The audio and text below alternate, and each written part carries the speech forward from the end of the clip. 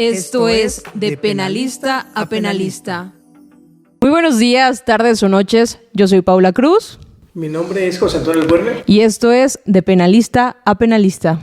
El día de hoy estamos muy contentos con nuestro invitado de lujo. Ustedes sabrán quién es, si son postulantes en la Ciudad de México, en el Estado de México y desde luego en el interior de la República.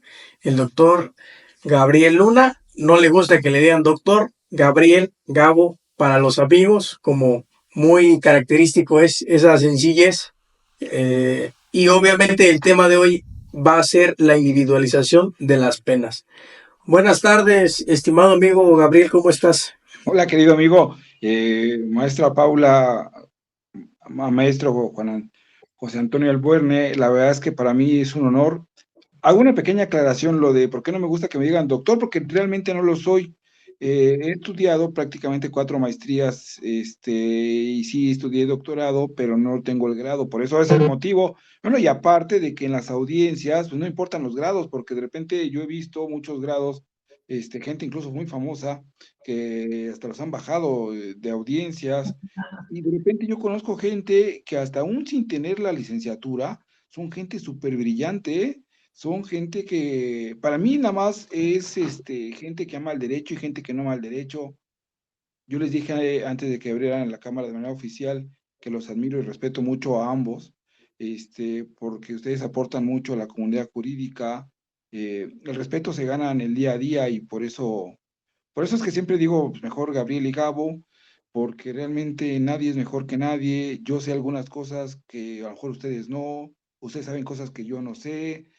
Hay unas personas que saben cosas que nosotros tres no sabemos. Entonces, yo lo que creo es que si nos apoyamos, que el día que el gremio jurídico aprenda a hacer equipo, ese día nos va a ir muy bien. Estamos platicando también de que ustedes son de Oaxaca, que la verdad es que hay gente súper brillante allá. Yo tengo mucho cariño por la jueza Tere Quevedo, por la doctora, ahora magistrada Erika Rodríguez, los ahora defensores particulares, Arturo de Villanueva, Edgardo Corro, Rodolfo Gandarillas. Bueno, hay una infinidad. La verdad es que su estado es gente muy, muy brillante. No demerito a todos los demás estados, pero la verdad es que Oaxaca es una cuna muy grande. Te platicaba que nosotros nos reunimos normalmente, abogados penalistas, la comunidad más grande y más fuerte es la oaxaqueña. Por eso, la verdad que me encanta la invitación que me hicieron. Gracias. No, estamos muy honrados, estamos muy felices de que estés aquí con nosotros. Y es lo que tratamos de hacer con este proyecto, de evitar egos y completamente pues tener la ideología de compartir con los abogados, con los que están estudiando derecho, con nuestros colegas, y es por eso que el día de hoy nos estamos reuniendo para hablar de un tema muy importante, para brindar opiniones y también conocimiento a todas las personas que nos están escuchando y observando, porque de eso se trata, de compartir lo mucho, lo poco que sabemos y de hacer una comunidad jurídica más fortalecida.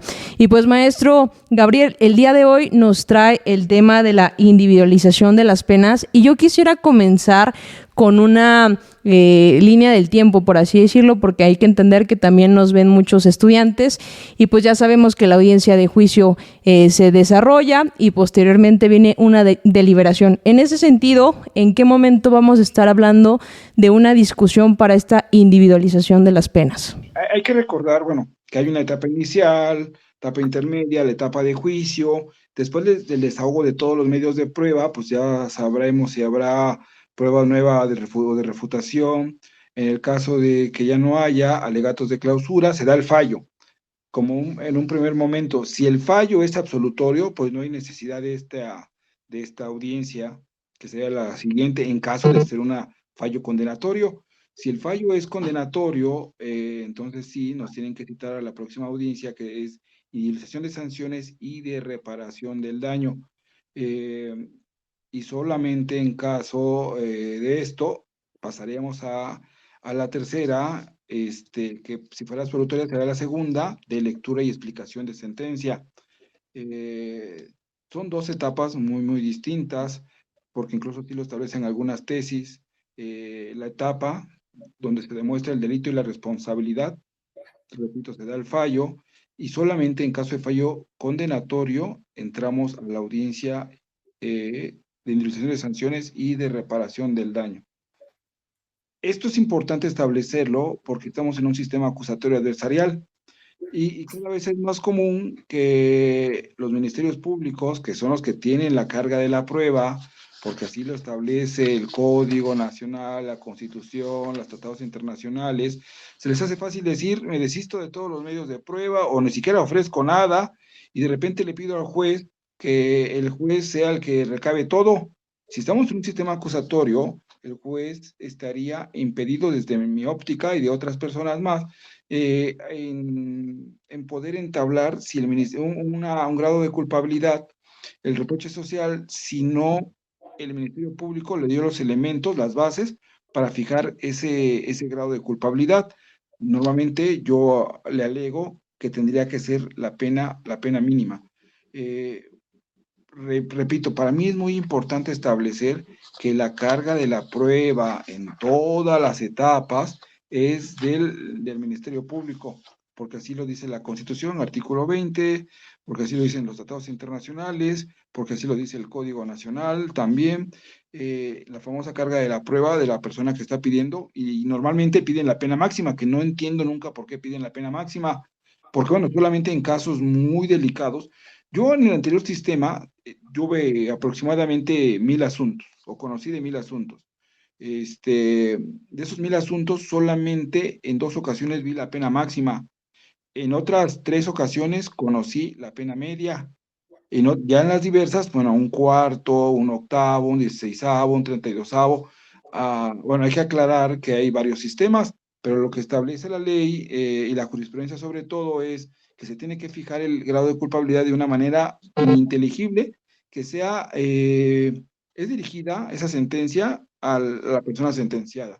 Porque la persona entienda claramente, porque anteriormente ponían muchos nombres y de repente dices, bueno, ¿qué quiso decir? No le entendí, o incluso ahorita estaba leyendo una jurisprudencia y dice el grado de culpabilidad entre el mínimo y el medio más pegado al mínimo. No hay de dónde, si es mínimo entre el mínimo y el medio es un cuarto y no hay para dónde hacerse, pero si pone la otra frase ya pienso yo que es un octavo.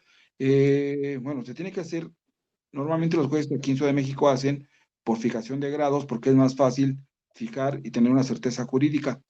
Yo siempre hablo, además de la carga de la prueba, que el juez tiene un arbitrio, sí, tiene un arbitrio, que no significa arbitrariedad. Arbitrariedad, hago lo que la persona me cayó mal porque se parece al que me quitó el novio, entonces le pongo la pena máxima, le pongo una media. Eh, Hay que recordar que los fines de la pena no es la venganza. Los fines de la pena es, bueno, hacer una cuestión de reproche social, una cuestión de que antes era un castigo, antes era una tipo venganza. Ahora, de acuerdo al artículo 18 constitucional, lo que se pretende es una reinserción social, que también es importante establecer dónde estamos parados. Por ejemplo, nosotros estamos muy cerca, Ciudad de México, Estado de México, que a veces dividen una sola calle, o una calle de un lado es Ciudad de México, del otro lado Estado de México, y las penas son muy distintas. Por ejemplo, aquí una pena normal de un delito de robo normal, el más común, que sería un robo de menos de 30,000 pesos, fracción segunda, pena de 6 meses a 2 años, la agravante de violencia moral, 2 a 6 años, ahora 2 a 8 porque se reformó, la de transeúnte 2 a 6, y en ocasiones pandilla, 3 meses a 1 año, pena mínima 4 años 9 meses. Si estuviéramos en la otra acera, en Estado de México, la pena mínima se eleva a 22 años. Entonces, de repente, es que son temas muy complejos.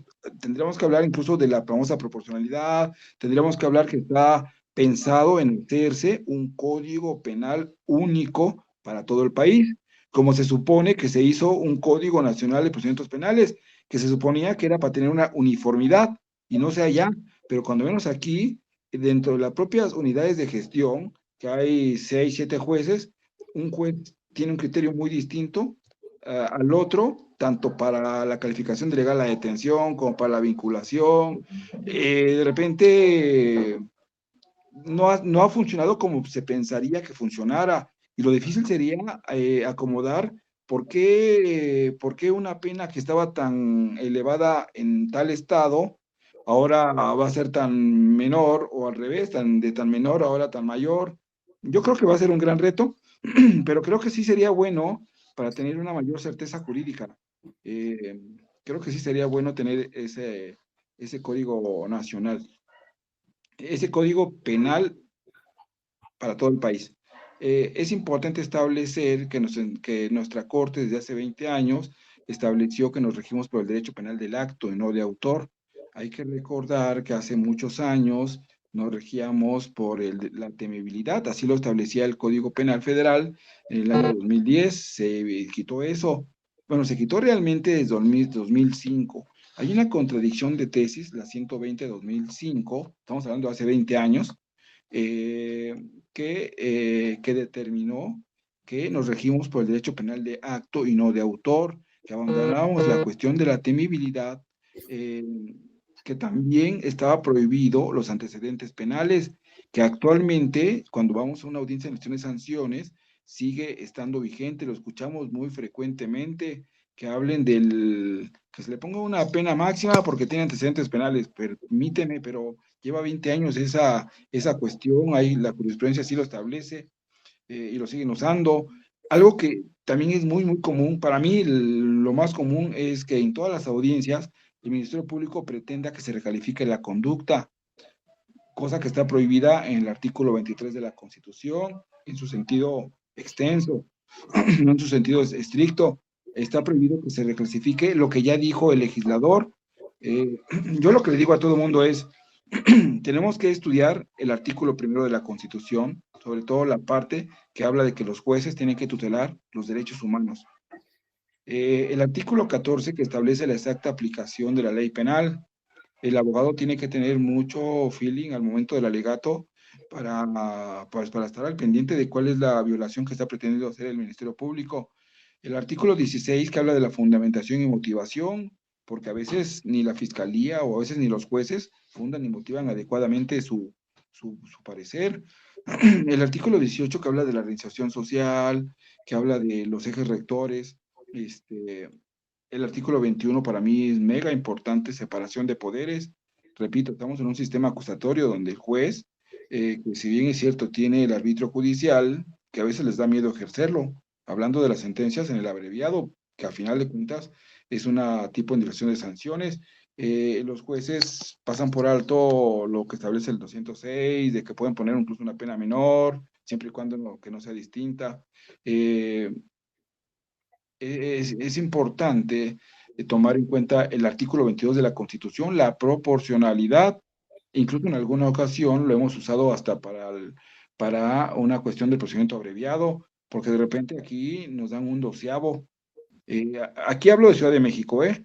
Aquí el tercer tribunal colegiado ha establecido que el acuerdo del procurador es inconstitucional porque él no está autorizado para legislar en materia penal, solamente el Congreso de la Unión, pero el código por ahí le dice, tú tienes autorización y él lo hace, pero aquí nos dan una reducción de un doceavo y de repente hay cosas muy raras que de repente a un violador le dan una reducción de una tercera parte y a otra persona que un delito menor le dan solamente un doceavo. Como que hace falta mucho legislar este tema de indemnización de sanciones en procedimiento abreviado. Yo lo veo porque de repente parece hasta una extorsión, no sé con ustedes, pero de repente aquí en materia federal y fuero común tenemos casi que ir a rogarle al fiscal y de repente el fiscal nos dice, sí, pero te va a salir de a tanto.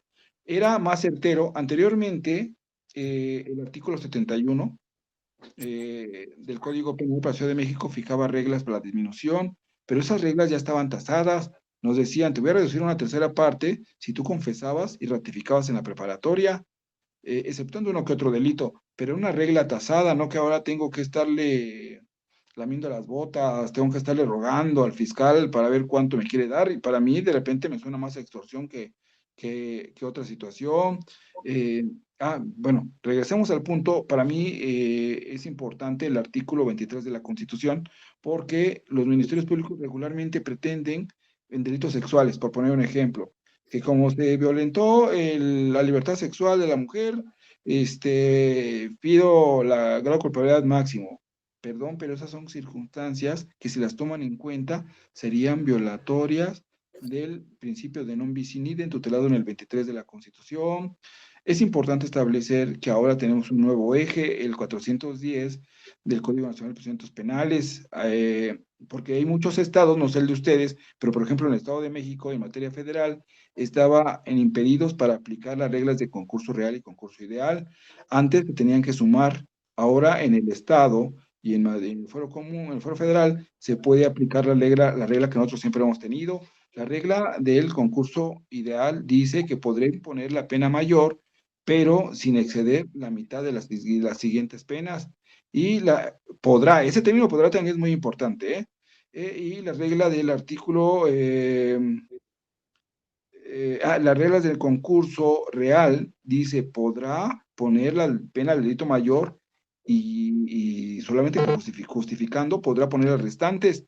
Pero esa parte es importante porque, como yo les decía, de repente no fundamentan ni justifican el por qué ese aumento y hemos ganado muchos amparos en base a eso. Regresando bueno, les platicaba del Código Penal. El Código Penal para la Ciudad de México establece en el artículo 70 y 72, hablamos del 71, pero eso ya no se ocupa, porque hay unas circunstancias que ya no se dan, como la preparatoria, que ya no existe. Son reglas de disminución de los delitos, pero el artículo 70 habla de reglas generales de la inflación de la pena y el artículo 72 habla de los criterios para la inflación de la pena. Eh, es importante establecer que hay dos tipos de audiencias. Hay la primera audiencia donde el Ministerio Público renuncia a sus pruebas o no ofreció, entonces ahí va a haber un alegato único y en el alegato único pues él tiene que justificar por qué pretende. Aquí siempre es la máxima, ¿eh? No sé por qué, pero siempre es la máxima. Casi nunca se pone, excepto uno que otro juez medio que no sé por qué ya. Aquí hay jueces que tienen algunas buenas relaciones y hasta se las confirman cuando no debería. Porque repito, ese sistema no ha cambiado con el sistema mal llamado inquisitivo, que a veces era más garantista, ha cambiado con este sistema acusatorio adversarial las técnicas, pero de ahí en fuera lo demás sigue siendo lo mismo. Las reglas de negociación de sanciones siguen siendo las mismas, incluso no ha cambiado el artículo 72 que habla de esos criterios. Este, el abogado tiene que estar muy atento a ese alegato que haga el fiscal. Yo tengo que estar muy atento a que si el fiscal me va a pedir alguna cuestión como el hecho de que me hable de factores que ya estableció el legislador, que me hable como la negación del hecho como un factor que perjudique a la persona como comportamiento posterior del hecho, o la famosa huida, cuando es algo muy natural de la persona. Son factores, bueno, que tenemos en jurisprudencia, y ahorita me voy a permitir leerlas, que es importante que el litigante tiene que tener su pauta. Yo siempre he establecido que en nuestras manos ponen algo sagrado, ponen la libertad de las personas, y una sola persona tiene mínimo 10 personas alrededor que van a confiar en su abogado. Y hay gente que confía solamente en su abogado y no confía en nadie más. Entonces, el abogado tiene que ir lo más preparado posible, las mejores herramientas posibles, pues, para poder pelear lo más benéfico para él. Regresemos al otro tipo de audiencias. Dije cuando no hay medios de prueba por desahogar. Pero si hay medios de prueba que desahogar, pues siguen las mismas reglas de la etapa de juicio. Comienza siempre el Ministerio Público, porque es quien tiene la carga de la prueba. No es al azar de que comience el Ministerio Público. Si no, comenzaría el asesor jurídico, comenzaría la defensa. No, siempre comienza el Ministerio Público porque él es el quien tiene la obligación de demostrar esa petición de por qué pide la pena máxima, y la asesoría jurídica y la defensa, pues bueno, la defensa sobre todo tiene que ver cómo desvirtuar esa petición. Se hace un alegato de apertura donde promete que demostrará el por qué solicita el grado de culpabilidad máximo. La asesoría jurídica pues se enfoca más a la cuestión de reparación del daño, aunque actualmente ya tiene mucho que ver en cuanto a la inversión de sanciones. Anteriormente el anterior sistema no se les tomaba en cuenta. La defensa, pues lógicamente, la defensa ha descuidado mucho esta situación, querido amigo. Te repito que aquí de repente hay muchos delitos en Ciudad de México que sí alcanzan beneficios con una pena mínima. Y la defensa, algo muy sencillo que podría ser entrevistas, correr traslado, incluso llegar a acuerdos probatorios, porque es lo más sencillo del mundo, que se tenga como hecho cierto y probado la buena conducta me representado antes, durante, incluso después, con constancias, eh, y ya, o sea, ni siquiera no hay mucho desahogo. Bueno, eh, comenzamos con, bueno, el alegato de clausura, el alegato de apertura. Luego sigue el desahogo de pruebas, comienza la fiscalía, luego la asesoría jurídica y finalmente nosotros. Después del desahogo de nuestros medios de prueba, pues sigue nuestro alegato de clausura, el alegato de clausura del fiscal, el alegato de clausura de la asesoría jurídica y el alegato de clausura de la defensa. Repito, lo que tiene que estar al pendiente la defensa es el que se usa muy frecuentemente el hecho de que tengan antecedentes penales. Te digo porque aquí las penas no son tan altas, por lo tanto, de repente hay mucha reincidencia y de repente a lo que al litigante se le hace complicado el poder determinar es guíate con la contradicción de tesis 120 2025, guíate por las jurisprudencias que la Corte ha establecido, que el derecho penal del acto y el derecho penal de actor, el por qué motivo se decanta por ese paradigma, guíate por la famosa carga de la prueba, guíate por el principio de non bis in idem, que no puede usar esa situación, guíate por el comportamiento posterior del hecho. Aquí pretenden de repente incluso fijar un grado de corporalidad alto por detalles inocuos como que la edad, la ocupación, las posibilidades económicas, cuando eso no tiene nada que ver. Para mí, las tesis que tiene que tener el litigante muy a la mano son la de registro, me voy a permitir leerlas, 2014-66-0, que establece que tiene que haber un control constitucional del arbitrio judicial, dice arbitrio, no dice arbitrariedad, y que habla de que el artículo 16 de la Constitución es obligación del fiscal establecer los factores que benefician y cuáles perjudican a la persona. Entonces, el abogado tiene que estar muy al pendiente de las fallas que tenga el fiscal. Nuestro papel es ver esas fallas que no justificó porque es su obligación. La 20-28-210 establece la anulación de la acción penal. Para establecer el grado de culpabilidad del sentenciado, el Tribunal de Enjuiciamiento puede considerar la información que conoció de las pruebas desahogadas en la audiencia de juicio, cosa que no estoy a favor, porque esta es otra etapa, y repito, de acuerdo al sistema acusatorio adversarial, donde el juez ya no es parte, que es una de las principales diferencias, sino el juez es nada más el eje rector, el juez es el árbitro. Esa es una tesis aislada. No estoy de acuerdo, pero bueno, pero ahí está ese criterio. Yo me decanto más por una jurisprudencia que establece el Estado de México, donde habla que el Ministerio Público tiene la obligación de aportarle las pruebas al juez. Claro, yo creo que, disculpe que lo interrumpa, como usted lo dice, sí, la pena debe ser fijada en función de todos estos criterios que nos ha establecido, de igual manera el bien jurídico tutelado, y desde luego que hay jerarquías en esto, o hay valores, hay un sistema de valores, si bien no se ha desarrollado mucho, pero la dogmática penal sí lo ha establecido. Entonces, me parece más que es una circunstancia de política criminal de los estados que dicen, bueno, es que este delito es el que más recurrencia tiene en mi estado, por ejemplo, secuestro expreso, robo a vehículo, etcétera. Entonces, vamos a fijarle una pena mayor sin establecer o dejando por alto el principio de legalidad, el principio de proporcionalidad de las penas. Este artículo 22 de igual manera, de alguna manera se violenta. Entonces se busca la vía, por así decirlo, política para establecer circunstancias en la culpabilidad o en el grado de culpabilidad que son completamente sustantivas. Y también muy de acuerdo con usted, maestro, Pero yo creo que lo principal para llegar a comprender un poco el tema de las penas es primeramente el principio de legalidad, ¿no? El principio de legalidad va en dos vertientes para el legislador, obligándolo justamente a señalar un mínimo y un máximo, pero como bien lo decía usted, como bien lo decía el maestro José Antonio, en función de los bienes jurídicos tutelados, que hay que ponderarlos. ¿Cómo viene esta ponderación? Pues justamente a través del análisis que hace la sociedad de cuál es el bien que mayor intenta proteger o de mayor valía, y claro que resulta ser la vida.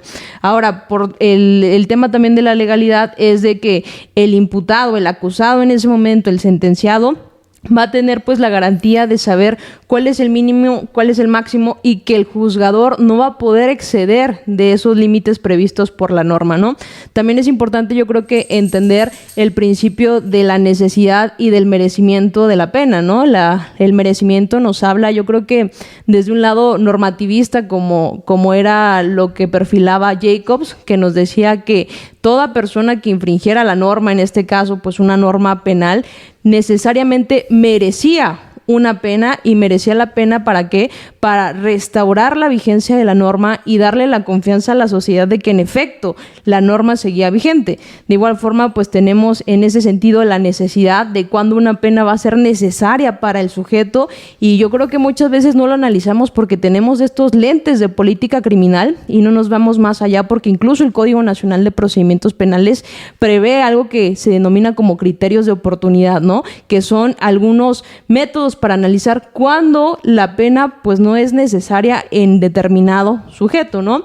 Ahora bien, pues también viene el principio de congruencia, que es justamente la gente del Ministerio Público ya realizó una clasificación jurídica al hecho que le está imputando, al hecho que acusó y al hecho por el cual se le juzgó a la persona, y por lo tanto el juzgador en ese sentido pues también está obligado a delimitarse a esa clasificación jurídica y a lo que me señala la norma, el mínimo y el máximo, ¿no? Entonces, lo que me gustaría preguntarle también es cuáles son los principios que nosotros debemos prestar atención en el momento del debate, justamente como viene el de congruencia, obviamente pues también el de legalidad, que no me van a poder exigir una pena más allá de lo que la norma señale, pero ¿qué es lo que el defensor, el asesor jurídico, el agente del Ministerio Público necesita prestar atención en este debate, maestro?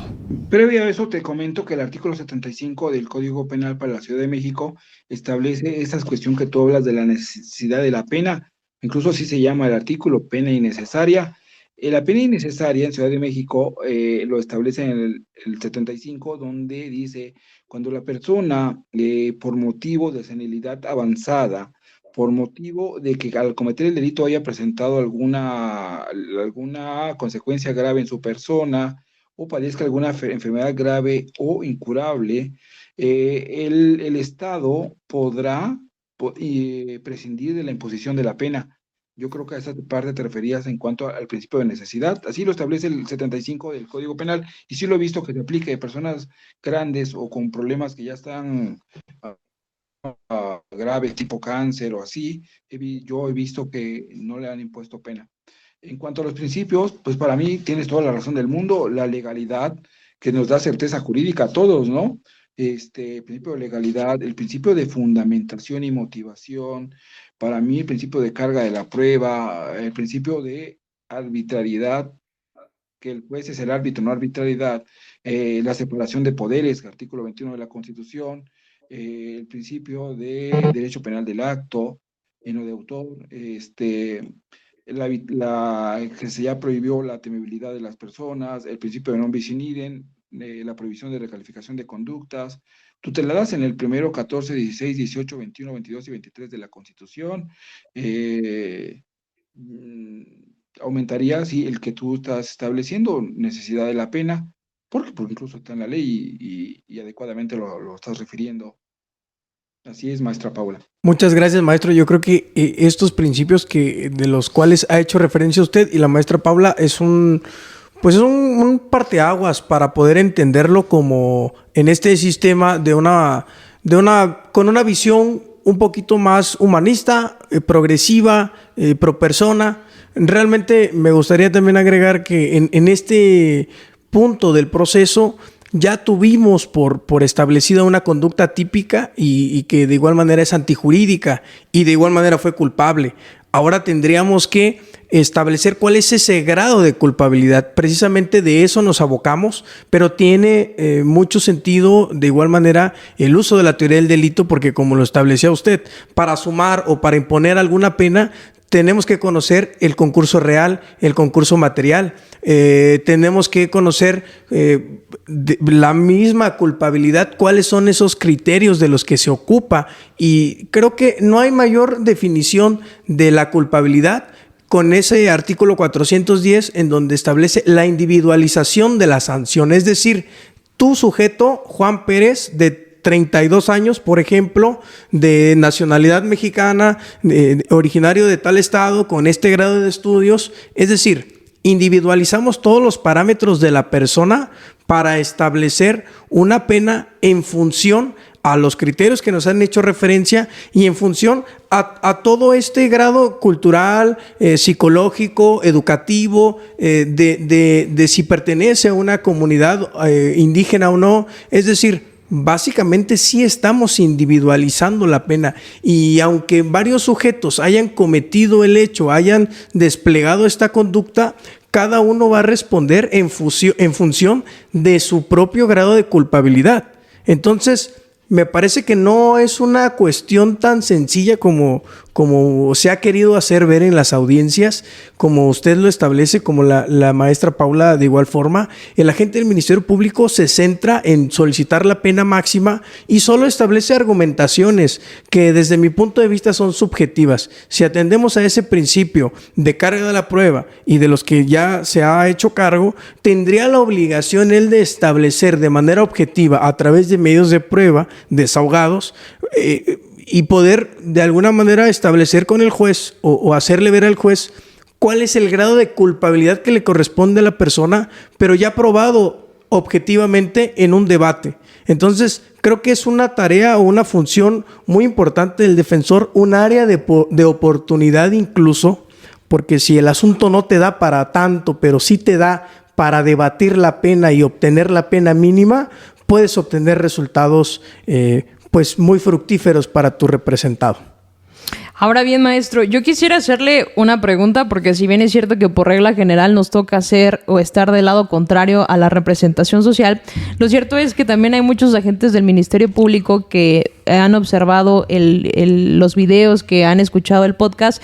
Entonces, yo quisiera preguntarle algo. ¿Qué es lo que tiene que observar el agente del Ministerio Público y el juzgador para poder intentar realizar este análisis de el merecimiento entre el mínimo y el máximo de la pena? Porque muchas veces en la doctrina se habla de la gravedad de la conducta y otras veces de las condiciones particulares del sujeto. Pero cuando nos habla de la gravedad de la conducta, pues estamos hablando de un homicidio, si estamos hablando de un secuestro, pues la conducta fue grave. Pero justamente, ¿a qué se refiere? ¿Cómo podemos analizarlo para ya irlo perfilando a un debate de forma objetivo y riguroso en la audiencia? En la práctica, los jueces ponen la pena a todos, por igual, pero hay también algunas tesis que establecen que el juzgador tiene que analizar la participación de cada persona. No es lo mismo, no es lo mismo una persona que es la que comete un homicidio, violación, a una persona que nada más estuvo ahí. No sé si han visto la película de Netflix, El Vengador. Para mí, más que la película, es la crítica al sistema. Esa película lo que dice es a la persona que cometió el barbaján, que mató, que violó a una señora y a su hija, le ponen una pena pequeña y se va. Y al que casi no hizo nada, como no quiso irse al abreviado, bueno, allá en el sistema americano, como no quiso confesar el hecho porque él no se sentía tan responsable, a él le ponen una pena de muerte. Lo que dicen estas tesis es que cada persona, el juzgador tiene que analizar la conducta de cada persona. En la práctica yo veo que a todos les ponen la misma, fijándose que son coautores, que todos tienen el codominio funcional del hecho, que todos tienen el sí, el cómo, bla, bla, bla.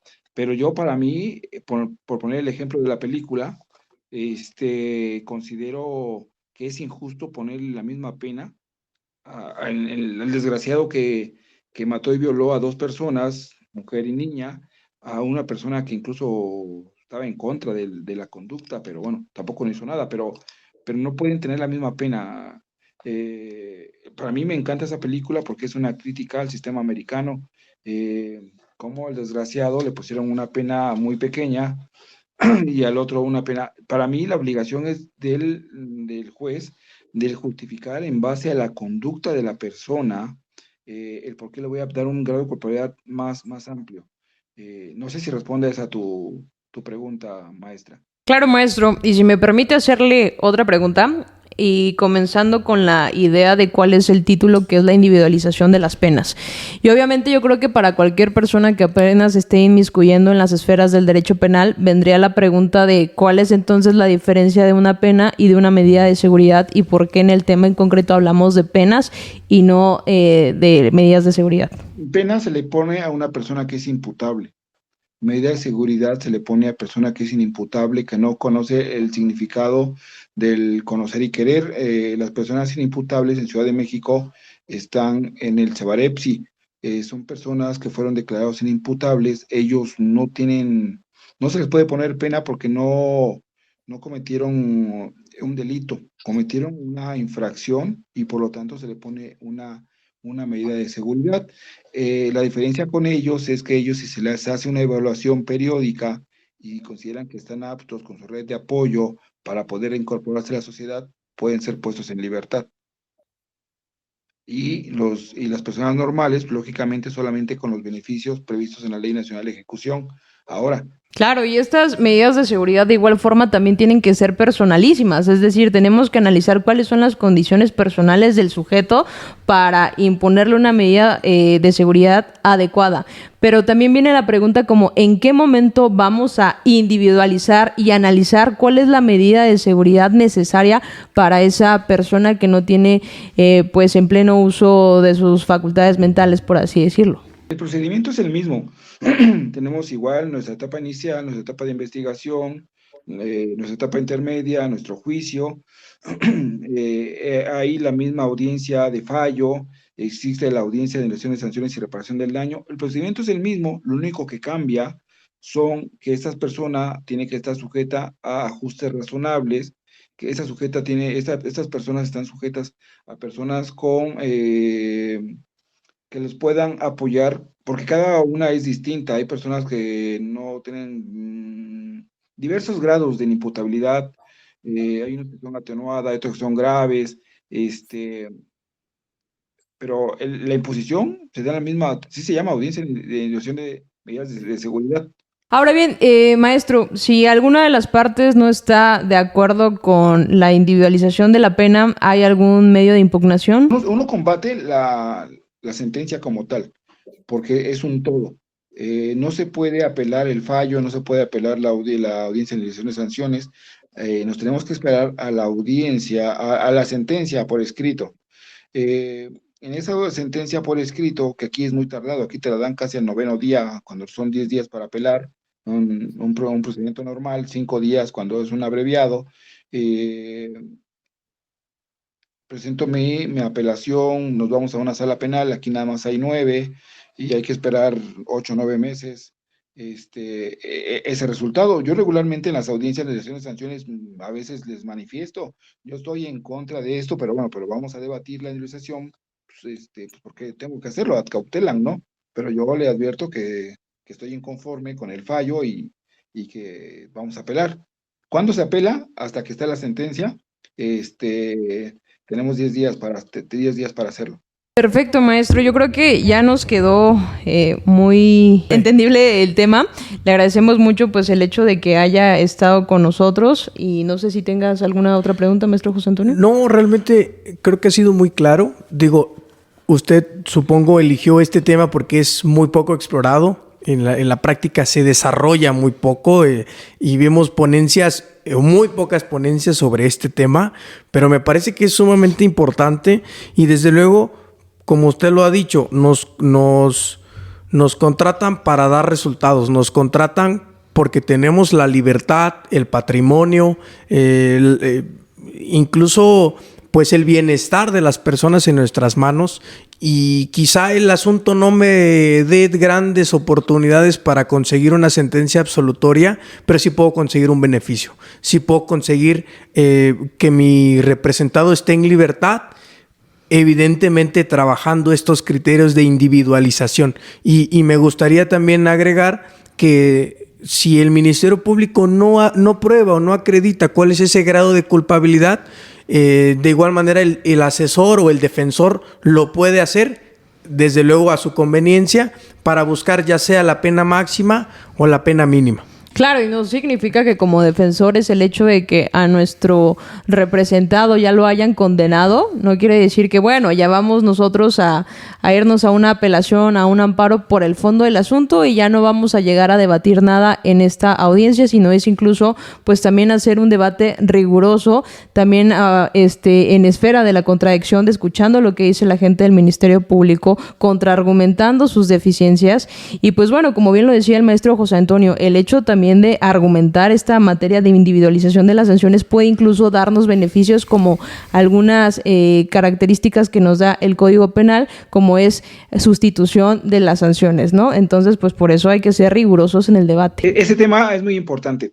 La parte final de la sustitución de la sanción, sustitutivos penales y suspensión condicional de la ejecución de la pena, así lo tenemos aquí: fuero común, fuero federal, condena condicional. ¿Por qué elegí el tema? Porque sí he visto mucha deficiencia de fiscales, de asesores y sobre todo de defensores. El defensor es la línea delgada, la línea más débil, pero yo creo que el defensor tiene que tener todo a la mano para esta situación. Yo repito, yo veo gente súper brillante, gente famosa en redes, que de repente yo esperaría mucho más de su argumentación y nunca hablan, se enfocan a veces en esta audiencia, en la reparación del daño, cuando lo importante es por la pena. Bueno, para mí es más importante la pena que la reparación, ¿eh? Y a veces se van por la reparación del daño, que es la segunda parte, que la parte importante, que qué pena le van a dar. La parte que decía la maestra Paula, para mí el hecho del sustitutivo de la pena, porque aquí te dan sustitutivos de la pena 5 años para abajo. Sí te lo dan, excepto que haya sido sentenciado anteriormente por delitos dolosos que se persigan de oficio. Y a veces el abogado no lo sabe eso, que si fui sentenciado por un delito culposo, no me van a seguir dando sustitutivos, o por un delito que se persiga de querella. Y el abogado de repente se le barren estos temas. También es importante que la suspensión condicional del proceso, de la ejecución de la pena, perdón, corrijo, me lo van a dar siempre y cuando me lo pueden dar incluso con antecedentes penales, ¿eh? Pero siempre y cuando yo demuestre ahora un modo honesto de vida, que eso también es algo que es muy controversial, porque hay criterios hasta desde la quinta época, usados en sentencias por los colegiados, que dicen que la obligación de demostrar el modo honesto de vida no es del sentenciado, es del fiscal demostrar que la persona no ha tenido ese, debe de haber una presunción a favor del reo.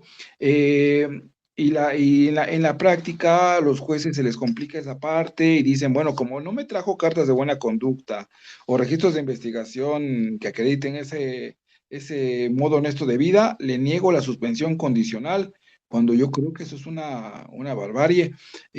Yo reitero, nos pueden dar la suspensión condicional de ejecución de la pena, aunque tengamos antecedentes penales, pero siempre y cuando ya tengamos un tiempo considerable. Yo he visto que normalmente si tienes unos 9, 10 años o más portándote bien, pues te van a dar esa suspensión, así lo dice la jurisprudencia, porque también hay gente que quiere que te den otros beneficios, otra suspensión cuando apenas acaba de salir. No, yo en la práctica, el tiempo considerable, yo calculo que son 9, 10, 11 más años.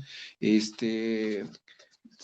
importante que el litigante, porque eso pasa mucho en el abreviado, lo tenga mucho a la mente y tenga los criterios de cómo, por qué tiene que pelear, que si se le pasó, no llevar esos registros, porque para algunos jueces es suficiente cartas de recomendación, así.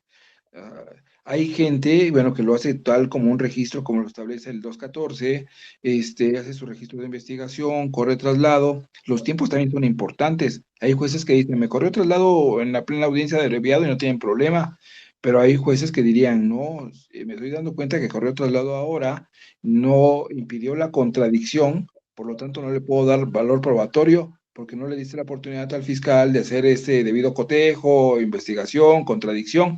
Es importante los tiempos y las formas, porque repito, llegan algunos defensores y pretenden que le den los beneficios con una carta sencilla que hizo tal vecino.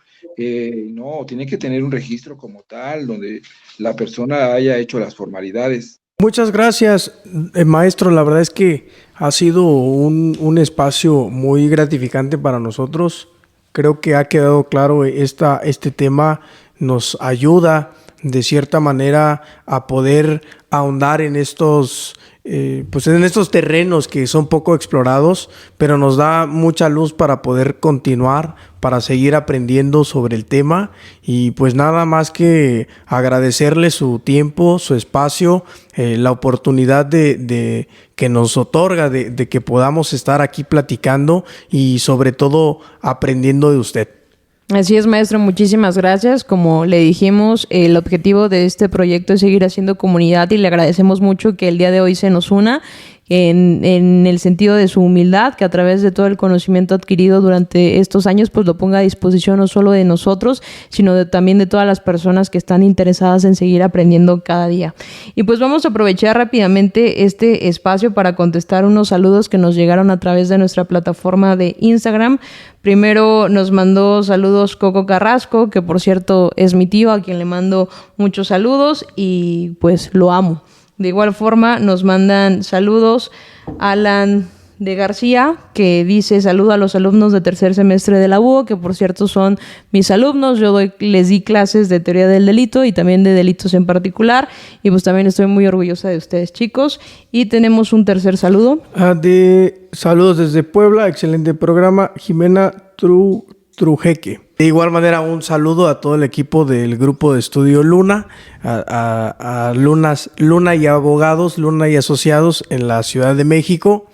Y pues no sé, maestro, si quiera terminar o quiera dar un mensaje final. Simplemente agradeciéndoles, reiterándoles mi aprecio y admiración. Lo que hacen es fenomenal, pues acercando el conocimiento pues, a mucha gente. La verdad es que es muy, muy loable su labor de ustedes dos. Gracias por la oportunidad.